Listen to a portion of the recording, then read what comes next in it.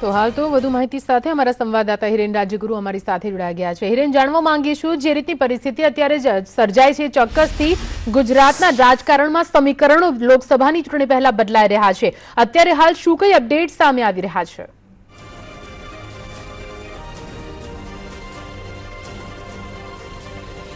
निधि समीकरणों बदलाय छे अने बदलाता रहे छे रोज बरोज, कारण के जे नवी घटनाओं बने छे तेना कारणे समीकरणों चोक्कसथी बदलाय छे। परंतु अत्यारे राजकीय परिस्थितिनी जो वात करवामां आवे तो गुजरातनी अंदर एक ज नारो चाली रह्यो छे, कोंग्रेस छोड़ो, भाजपमां आवो अने गणतरीना कलाकोमां ते मंत्री बनी जाओ। आजे एवुं बीजुं उदाहरण सेट थवा जई रह्युं छे।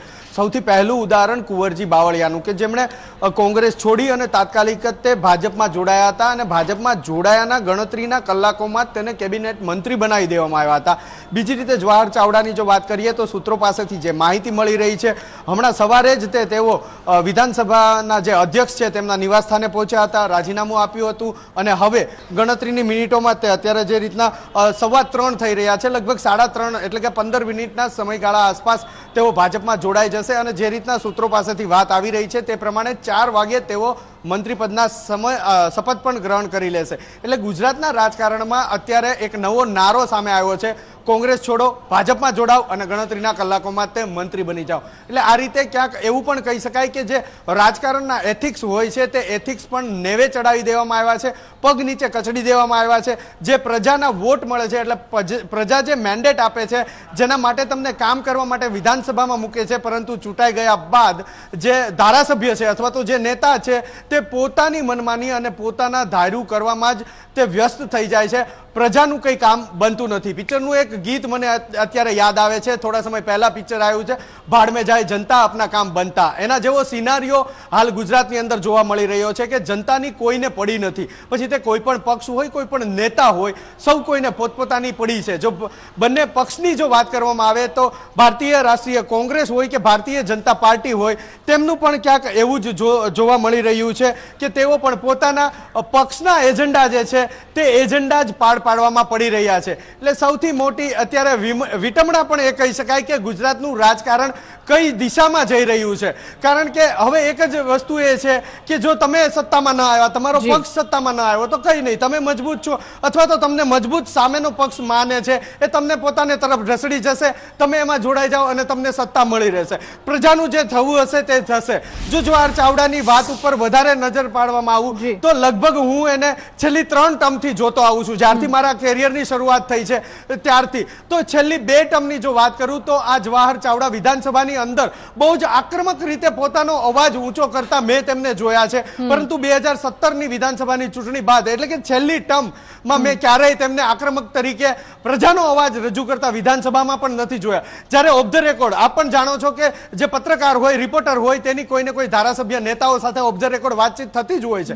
મેં પણ તેમને મેણું માર્યું હતું, ઓફ ધ રેકોર્ડ તેને વાત કરી હતી કે નેતા તમારું આક્રમક તેવર હવે જોવા નથી મળતું, ત્યારે તેમણે હસીને ટાળી દીધું હતું। કદાચ ત્યારથી જ અમને તો અંદાજ આવ્યો હતો કે આ ક્યાંક ભાજપ તરફી ઢળી રહ્યા છે, પરંતુ કદાચ દુઃખની વાત એ પણ કોંગ્રેસ માટે કહી શકાય કે કોંગ્રેસના નેતાઓને બિલકુલ આપણી સાથે કોંગ્રેસના નેતા લલિત કગથરા પણ જોડાયા છે। લલિતભાઈ, સ્વાગત છે આપનું સંદેશ ન્યૂઝમાં।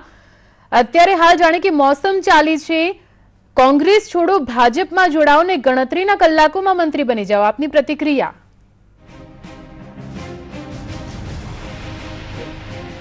કોંગ્રેસના ધારાસભ્ય બનો અને ભારતીય જનતા પાર્ટીની સરકારમાં મિનિસ્ટર બનો, મને એવું લાગે છે કે જવાહરભાઈ ચાવડા એ એવા યોદ્ધા હતા કે કોંગ્રેસના ખરાબમાં ખરાબ સમયમાં પણ એમને કોંગ્રેસ છોડવાનો ક્યારેય વિચાર નહોતો કર્યો।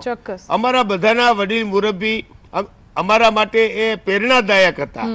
આ જવાહરભાઈ ચાવડા જો ભારતીય જનતા પાર્ટીની સરમુખત્ય સામે એ હથિયાર મૂકી દે અને એ યુદ્ધ છોડી દે, આનાથી વધારે અમને દુઃખ હોઈ ન શકે।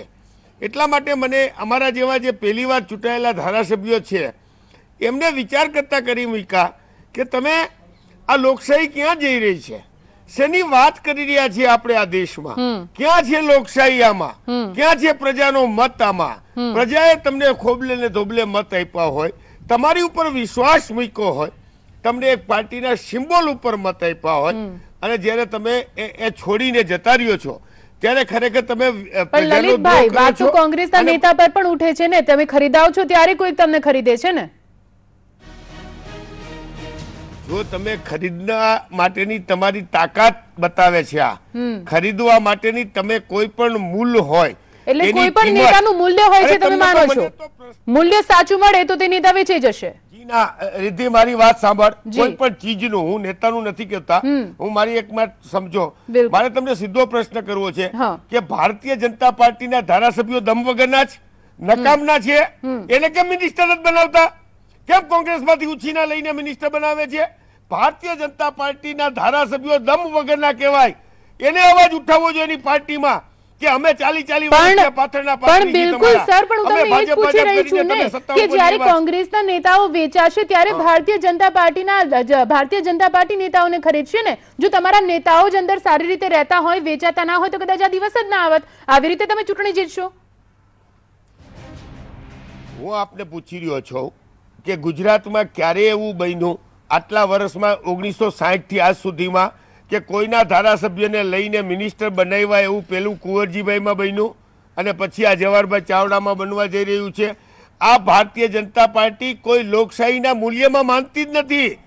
કોંગ્રેસના શાસનમાં કોંગ્રેસે કોઈ દી અશોક ભટ્ટને કીધું હતું કે તમે અમારામાં આવતા રહ્યો, અમે તમને મિનિસ્ટર બનાવશું? એના દિગ્ગજ નેતાઓને કોઈ દી કોંગ્રેસે ટચ કર્યો હતો? આ શાસનની સિસ્ટમ નથી, આ લોકશાહીની પદ્ધતિ નથી.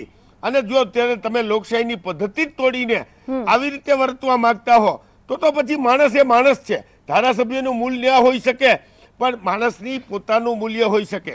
એટલા માટે હું આપને કહી રહ્યો છું કે ભારતીય જનતા પાર્ટીએ પોતાના મૂલ્ય નેવે મૂકી દીધા છે. હું એ ચિમનભાઈ શુક્લનો શિષ્ય છું કે જે ચિમનભાઈ શુક્લએ મગન સોનપાલ રાજકોટ મ્યુનિસિપલ કોર્પોરેશનના એક કોર્પોરેટરોએ ભાજપ છોડીને કોંગ્રેસમાં પ્રવેશ કર્યો હતો અને 22 દિવસ સુધી ચિમનભાઈ શુક્લ ઉપવાસ ઉપર બેઠા હતા. ક્યાં છે આ ભારતીય જનતા પાર્ટીનું મૂલ્ય? ક્યાં છે એ સિદ્ધાંતની વાત?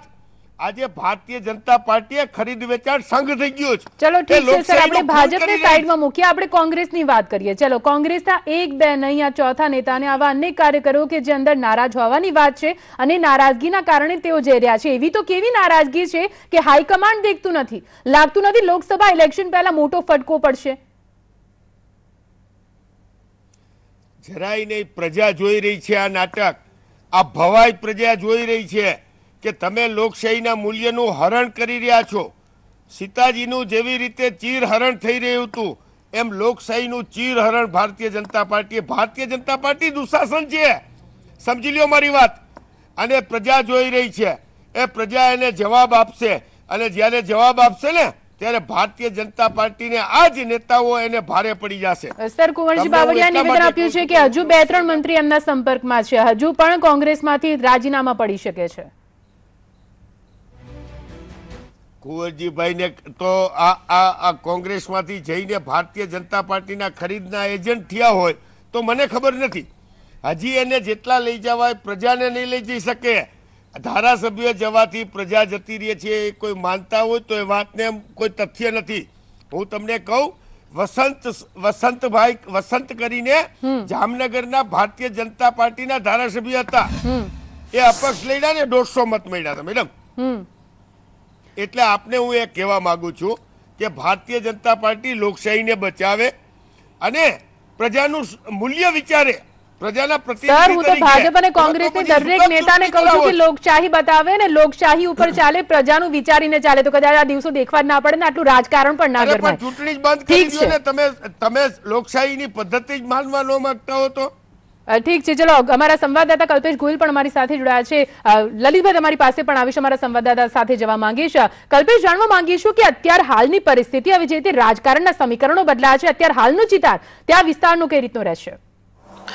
ખાસ જો સૌરાષ્ટ્રની વાત કરવા જઈએ તો સૌરાષ્ટ્રમાં કહી શકાય છે કે કુંવરજી બાવળિયાએ જે રીતે કોંગ્રેસનો સાથ છોડી અને ભાજપને અપનાવ્યું છે અને ત્યારબાદ કહી શકાય છે કે કોંગ્રેસમાં દિવસે ને દિવસે એક નવો ભૂકંપ જોવા મળી રહ્યો છે. ખાસ સૌરાષ્ટ્રની વાત કરવા જઈએ તો સૌરાષ્ટ્રની 3 બેઠક કે જે કોંગ્રેસની શ્યોર બેઠક હતી અને આ જ બેઠક છે તેમાંથી એક સુરેન્દ્રનગર હતી, એક જુનાગઢ હતી અને એક અમરેલી હતી.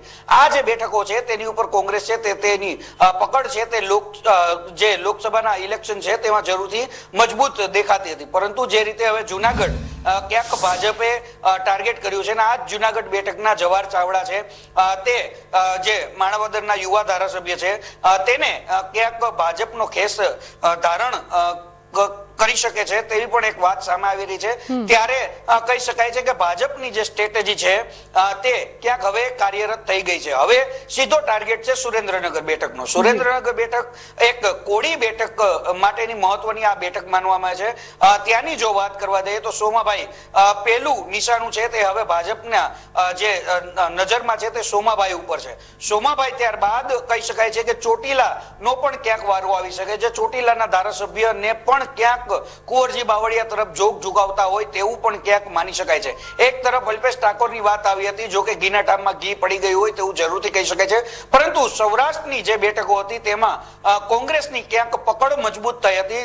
જે વિધાનસભાના ઇલેક્શન હતા તેમાં જરૂરથી સૌરાષ્ટ્રમાં પકડ મજબૂત દેખાઈ રહી હતી, પરંતુ લોકસભાના ઇલેક્શન છે તેમાં જરૂરથી એવું કહી શકાય છે કે હવે ક્યાંક લોકસભામાં 23 બેઠક ઉપર ભાજપ છે તેનો ભગવો લહેરાવવા માટે તૈયારી દેખાડી છે। એક તરફ જોવા જઈએ તો ભાજપની સ્ટ્રેટેજી છે, કોઈ પણ સેલિબ્રિટી હોય, કોઈ પણ વ્યક્તિ હોય કે જે પોતે એક ગુજરાતનું પ્રભુત્વ ધરાવતા હોય તેવી વ્યક્તિને સીધી ભાજપમાં જોડવાની સીધી રણનીતિ છે તે કાર્યરત કરવામાં આવી છે। બીજી તરફ જોવા જઈએ તો કોંગ્રેસમાં તોડજોડ કરીને પણ ક્યાંક ભાજપમાં ભેળવવાની સીધી આ રણનીતિ જરૂરથી દેખાઈ રહી છે। એક તરફ જોવા જઈએ તો સૌરાષ્ટ્રમાં જે રીતે કોંગ્રેસને એક મોટો ઝટકો જરૂરથી કહી શકાય છે તેવી જ રીતે ઝટકો છે તે પોરબંદરમાં પણ ક્યાંક મળી શકે છે, આવી પણ એક વાત છે તે વેતી થઈ છે। જી